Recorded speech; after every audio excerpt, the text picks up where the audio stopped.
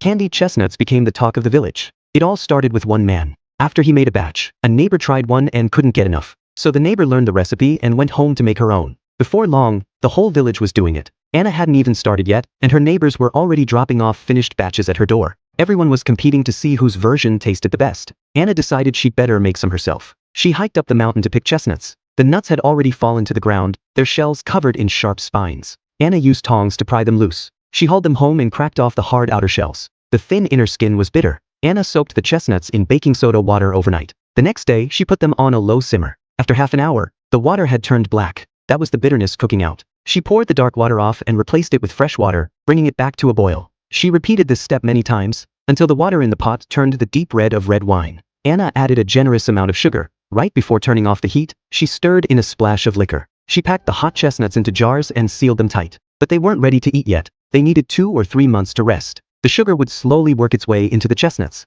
Only then would they turn out soft, sticky, and just right. The cold settled in, and the neighbors worried about Anna being alone. They started coming by her house often, just to chat. The conversations always circled back to husbands. The older women talked about their love stories with their own. Anna had nothing to add. She was the only one in the village without a partner. All she could do was sit quietly and snack on the dried sweet potatoes beside her. Dried sweet potatoes were Anna's winter staple. If left untreated in the cold months, they'd rot in no time. Anna washed them clean and steamed them in a bamboo steamer. She peeled off the skins and sliced them thin. Then she threaded the slices onto sticks and hung them under the eaves to dry. The cold wind pulled out the moisture. The dried sweet potatoes turned tough and chewy. It was her only snack to get through the winter. But snacks alone weren't enough. Anna needed meat. She watched the ducks out in the fields. They'd been raised since summer, doing their job eating pests and weeds while the rice was growing. Now the harvest was in, and the ducks had grown fat. Most villagers had grown too attached to them to think about eating them. But Anna didn't have that luxury. She had to have meat to make it through the winter. She caught one of the ducks. She killed it. She plucked the feathers. She picked up her knife and broke the bird down into cuts.